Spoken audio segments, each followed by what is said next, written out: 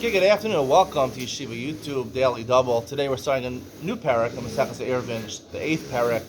Mishnah is Aleph and Beis. The Mishnah Aleph says, Ketzah mishtatfin b'tchumen. We talked about Eiruvin Tchumen before in the Masechta. Here we're talking about making a tchum is complicated, so maybe only the rabbi or the person in charge of the city is going to make a tchum. He wants to make a tchum for the entire city, right? So he takes the chavis, the barrel of wine. We'll see in a second how much the barrel has to contain. If it's dry product, it's food or it's liquid. It doesn't really have to be food. It could even be liquid. A barrel is usually made of wine or something like that. And when he designates it, he says, this is for everyone in my city. He puts it 2,000 amos to one side of the city. And he basically is mezakeh, right? It doesn't seem that he has to actually give it to somebody else, like Eiruvin Chatzeros. He just says he does it, he makes it for the whole city. And we'll have to talk about why he doesn't have to mezakeh. They don't have to own part of it. He puts the barrel of wine at the edge of the city, and it's dafka, so people should walk to Menachem Avel on Shabbos, or the Beis Hamishta for a wedding on Shabbos. Because we're learning over here that you can only make Eiruvin Tchumen for a Sorach mitzvah. And no one allowed to engage in Avelut on Shabbos. I don't understand exactly. I mean, I'll have to answer at a different time. Anyone in the city who knew about, who who's basically said to himself, whatever this representative of the city is doing with Tchumen, I accept them on myself. Right? He doesn't know about it. So he's mutter. However, if he's Makabel, after he only finds out about Erev Tchumen, the rabbi set up, and once Shabbos already started, Aser she'en ma'arvim mishetechshach. Right? The Erev Tchumen is only valid for you when you accept it. If you accepted it after Chashecha, after Shkias Achama, so then no longer it's not effective for you. It's only effective to the people who knew about it and accepted. Beis Kama Hu Shiuro. How big does the Erev Tchumen be? How much beverage? How much food? Mozon shtei sudos. It has to be the amount of food for 2 meals. Because remember, again, Tchumen, you're kona shvisa, you're reestablishing your residence to the edge of the boundary of your city, 2,000 amos from your city, right? Or wherever you put it. So it has to be 2 meals, because 2 meals, you don't have to have shalosh shabbos, technically. Really, you're chayav to have 2 meals on Shabbos. L'chol echad. And it has to be for every person. If he's doing it as, a barrel of wine for everybody in the city, it has to be enough wine for everybody for 2 meals. Because that's because she's every person. Mazono l'chol v'lo l'Shabbos divrei Rei Meir. According to Rei Meir, the way you measure the amount of 2 meals is what you would normally consume during 2 meals during the week. Rabbi Yehuda Omer l'Shabbos l'chol. He says, Rabbi Yehuda says, no, the amount you consume on Shabbos for 2 meals and not a weekday meal. Both of them, Rei Meir and Rabbi Yehuda, wanted to be mekel. Right? Rei Meir felt, right, that you measure it by a weekday meal.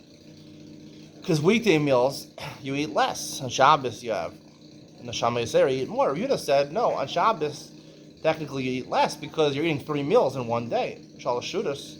Most people eat shalosh shudas. So therefore, the 2 meals is less during one meal. Rabbi Yochanan broke up, but according to them, it's subjective. It depends on you. It depends on how much you have to ask each person in the city, or any person who makes the Eiruvin Tchumen for himself. It has to be how much he normally would consume. According to Rei Meir, during a weekday meal. According to Rabbi Yehuda, during a Shabbos meal. According to these next 2 opinions in the Mishnah, it's not subjective. It's an objective measure for everybody. It's something that applies to everybody. So he says it depends on, the volume would be he talks about in bread, but it would also be, you'd measure it. It basically comes down to the amount of eggs. So either you'd measure eggs in terms of drinking or eggs in terms of eating. So the way you figure it out is kikar b'punyan ma'arba sain b'sela. If 4 saw of wheat were sold for a sela, which is a large coin, right? That's the standard price. That is normally it was a standard price, or is a standard price. So it's a hard calculation. You have to look inside to do the calculation. And basically, a punyon is 1/48 of a sela. A saw has 24 kabim. It would come out that basically a meal, or the amount for 2 meals, right? We're talking about shtei. It has to be mazon shtei sudos. The amount for 2 meals, it would come out to about 6 eggs.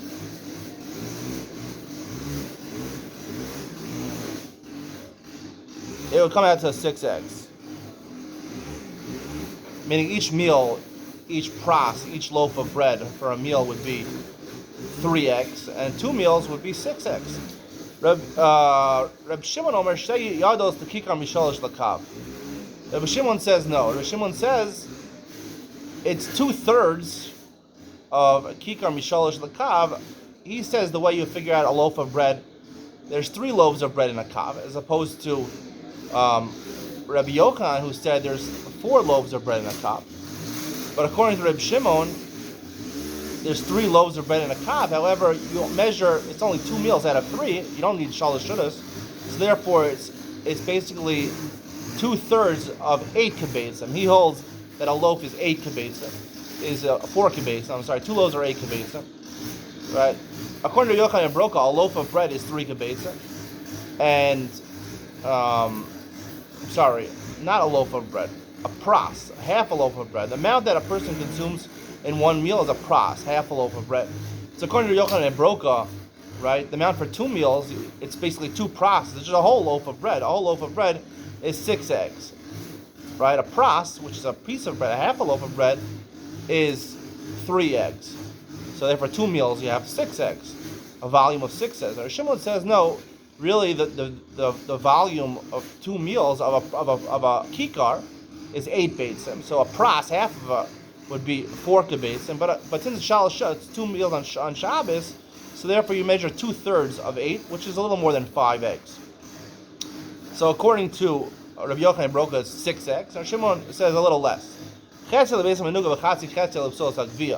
This part of the Mishnah is not really stated according to any Tana. It's really just an explanation of measurements for 2 other halachas in the Torah. Beis HaMenuga is when someone who goes into a house that has saras in it, is inflicted by saras, how long do you have to stay in that house? You have to stay in there the time kedei achilas pras, the time it takes to eat a half a loaf of bread. So a half a loaf of bread is different according to Yochanan Broka, according to Reb Shimon. According to Yochanan Broka, a half a loaf of bread is 3 kibeitzim. The time it takes you to eat 3 kibeitzim. According to Shimon, the time it takes you to eat 4 kibeitzim. The chatzi chetzia lipsulas agvia. And a second halacha that's relevant to kedei achilas pras. We talked about this in Daf Yomi also, kedei achilas pras. This is where we learn it from. This is Mishnah, kedei achilas pras. These are the 2 opinions. How much is a pras? Yochanan Broka and Rabbi Shimon. Right? Is it 3 kibeitzim or 4 kibeitzim? So 1/4 of that of a whole loaf, which is basically half of a pras, lifsolas agvia. If a person consumes foods which are tamei, right? You're not supposed to consume foods that are tamei, so therefore it passes your body midrabanan to eat truma. If you eat foods that are tamei, you're not supposed to eat foods that are tamei. If you're not a kohen, it's okay. But if you eat chatzi chetza, you eat how much tamei food you have to eat in order to make your body pasal midrabanan from eating truma. So that is a half a pras, which according to Rabbi Shimon is 2 beitzim, and according to Rabbi Yochanan Broka is 1.5 beitzim.